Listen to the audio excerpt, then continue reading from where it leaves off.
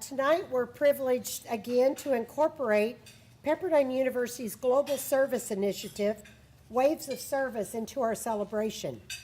With us this evening is the Director of the Waves of Service, Mr. Greg Porter.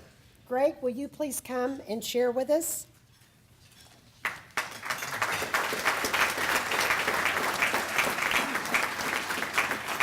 Thank you, Dean Weber. The Waves of Service movement celebrates, supports, and connects alumni in their commitment to volunteerism and careers of service worldwide. We envision Waves of Service becoming the most active alumni service movement in the world.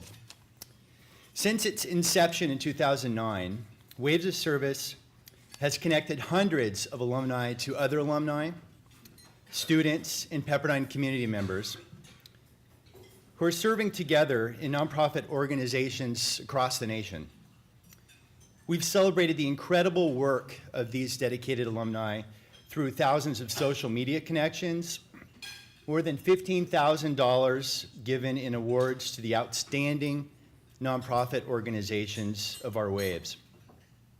More than 300 Waves of Service leaders who engage in careers at nonprofit organizations have been connected to others in the Pepperdine community, creating a vast network of Waves, serving with Waves that has directly involved many alumni of the Graduate School of Education and Psychology. In fact, more than 1 out of every 7 of our Waves of Service leaders is a GSEP alum.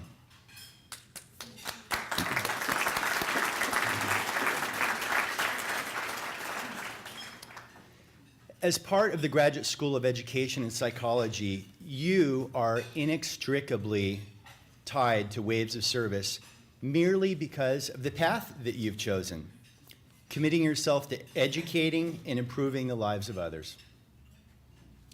While there are undoubtedly many great stories of service among this crowd, we'll be sharing the story of one of the greatest exemplars of a Wave in service tonight. I have the privilege to present $2,000 to a charity in honor of a highly deserving Pepperdine GSEP alumna. This award will support her work with the Sister Cities of Los Angeles Incorporated. Dean Weber, would you please join me in honoring this alumna?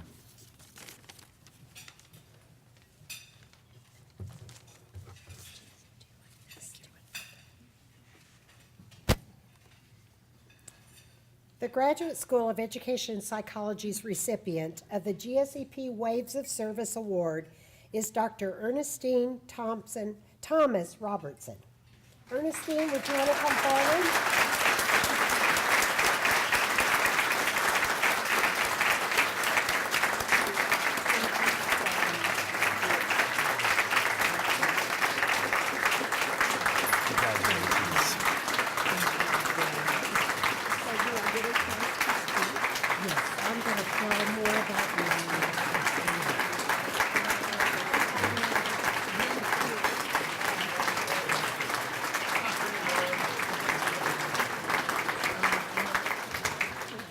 I'd like to tell you about Ernestine. You can stay up here, Ernestine. You can't escape yet. Okay. She's a Pepperdine Wave through and through. She received all 3 of her degrees from Pepperdine. Now that's a true Wave. Yeah. She received her Bachelor of Science in Political Science, a Master's in Public Administration, and her EDD in Institutional Management, with a dissertation focus on globalizing community college curricula. She also proudly serves on the Board of Visitors at GSEP. She was introduced a little earlier this evening. Dr. Thomas Robertson has been a cornerstone at Los Angeles Southwest College for more than 32 years.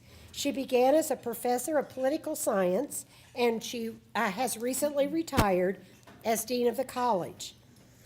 Revealing of her administrative abilities, Dr. Thomas Robertson supervised every academic, vocation, and technical discipline at Los Angeles Southwest College, with the exception of computer applications and office technologies.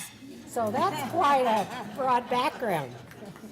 Her commitment to modeling a multicultural and global vision for the world community was reflected in her conceptualization, development, and organization of many innovative campus programs, such as the 8 International Education Day programs at Los Angeles Southwest College, where 7 cultures and up to 26 countries were represented, showcased, and celebrated. During her tenure and continuing today, she empowers many students, faculty, and staff with a profound message of purpose and hope. Throughout her life, Dr. Thomas Robertson's influence has made a difference not only in educational institutions, but in her involvement in many civic and professional organizations, both nationally and internationally.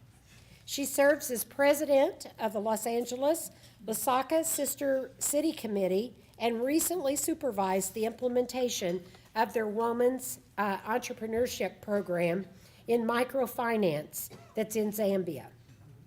This project provided 10 women and 2 men with capital and an opportunity to start up businesses, make a profit, improve their quality of life, and create jobs for others. The microfinance project is designed to turn over capital through 2030, enabling a long-term sustainable impact on the economy and the environment in Zambia. So it is indeed an honor to bring attention to the impact that Dr. Thomas Robertson has made in the lives of her students, faculty, staff, community, and quite frankly, the world. So will you please join me in recognizing Dr. Thomas Robertson again.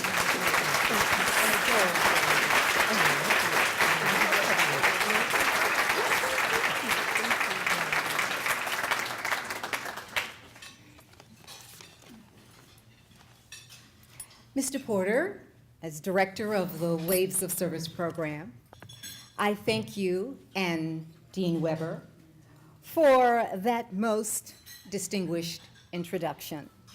I am humbled by the honor you bestow upon my work, and I truly do appreciate it.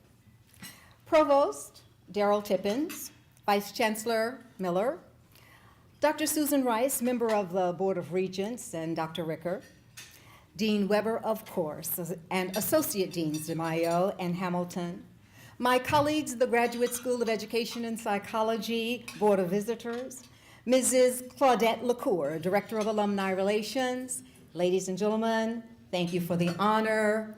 I am truly appreciative. As president of the Los Angeles Lusaka Sister City Committee, it has been a privilege to represent Los Angeles and California in Africa and in the international community. This has been a special mission, actually, for me and my husband, Gene Robertson. The microloans component is the first phase of the Women's Entrepreneur Program, which enables, as Dr. Weber said, local women, in this case we had 2 men as well, to borrow startup funds, to create local businesses and or to improve local businesses and local farms in 9 of the contiguous communities in Zambia, with Lusaka, of course, being the capital city. My idea, as she indicated, was 10 women get the money, pay the money back, and 10 more women get the money, and 2 years, those 10 women pay it back, and then 2 more years from that, 10 more women, and on, as she indicated, through 2030. When one cycle of the payback fund comes back, it simply sets the stage, as she indicated, for the turning capital over.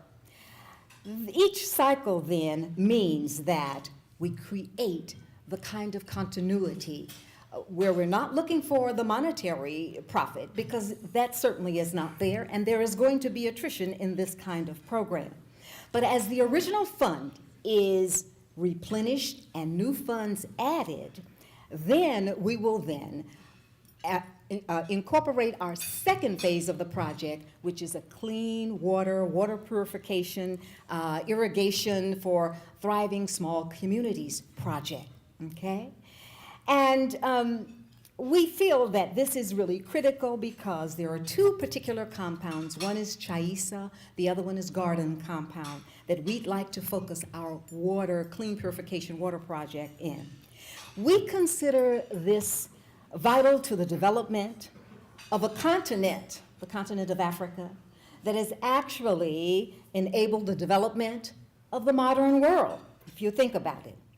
For example, without the resource of indium tin oxide, we wouldn't have 14 billion cell phones in the world, would we? Of the 192 countries in the world, that very small African country called Benin, largely underdeveloped as well, for that matter, that small nation fuels the modern technology of our world. For 2 months, our envoy, Ms. Lydia Mongerie Brown, was on the ground in Zambia making this microfinance project happen. To our best estimation, ladies and gentlemen, we created at least 27 jobs before she left there after her 2-month stint. Thank you. We did not get a big fund from a corporation or a foundation. We raised private and personal money, and those individuals embraced the same conviction. Thus, they gave us their money. We were not looking for a monetary return on the money, as I indicated. We are, however, looking for outcomes beyond a monetary measure. We're looking for a way to address the poverty beyond the politics of government, beyond corporate politics, for that matter. We are not interested in organizations who want to use a finance project to grab people's land because a person didn't pay the loan back in a timely fashion. We are looking for the creation of an economic environment where people can eat, drink clean water, create some jobs, and a quality of life for themselves. We are trying to create a new standard, if you will, in economic development. And though I know many political leaders in Zambia, we took our project to the people who represent the heart of the land, because it is in the people that the nation truly thrives. It is there that we share the desire for voice and choice, the two major tenets of a democracy. This is where we address poverty beyond the politics of government. Like Dean Carlin and Jacob Appel say in their book, it's got to be more than just good intentions. Zambia just recently had an election, and I had the good fortune of knowing the president who just left office and the newly elected President Michael Sata, I know as well. Both were guests of the late Mayor Tom Bradley and myself many years ago. And while those relationships are beneficial, ladies and gentlemen, our mission must reach beyond the politics. Otherwise, we don't get as much done for the people in the heart of the land. The people have the heart that endures suffering. And Christ, of course, demonstrated that long suffering better than anybody in the history of our kind. Los Angeles Lusaka Sister City Committee has done more with a little bit of nothing than most do with a whole lot of something, money, that is. We are counting our miracles every day. If you get an opportunity, please do stop outside at that table and look at that PowerPoint presentation. When you look at the faces of those children with their feet in the water, please know that that same water may end up being boiled and used to cook with. Yet you will see joy on their faces. Something's very special about that phenomenon. And others of us, we have and more and more, and we want more, and enough is never enough. We ought to take a little more time to count our miracles. In closing, I'd like to say, quoting my own self, without question, without question of ideology, culture, tradition, or religion, there is not a country on the face of the earth, of the 192 of our countries, which has the economic, technological, territorial resources enabling it to sustain unto itself in isolation. One nation's resource, the indium tin oxide out of Benin, is the link to another nation's survival. Where would we be without those cell phones today? We are living in an interdependent world whereby no one nation has a monopoly on the oil, on the gold, on the wheat, on the technology, or the territory combined. Thus, it is our responsibility to work together, according other countries the same respect that we seek for ourselves. After all, that is the way we promote peace and the prospects of peace in our world. And it is a small world and getting smaller every day. By our work, ladies and gentlemen, each and every one of us helps to facilitate those waves of service, right, Mr. Porter? Thus, my 3 degrees, as Dr. Weber has indicated, from Pepperdine University. Thank you, my family and friends who have joined us this evening, and my mentees who are in the room, and thank you, Pepperdine University.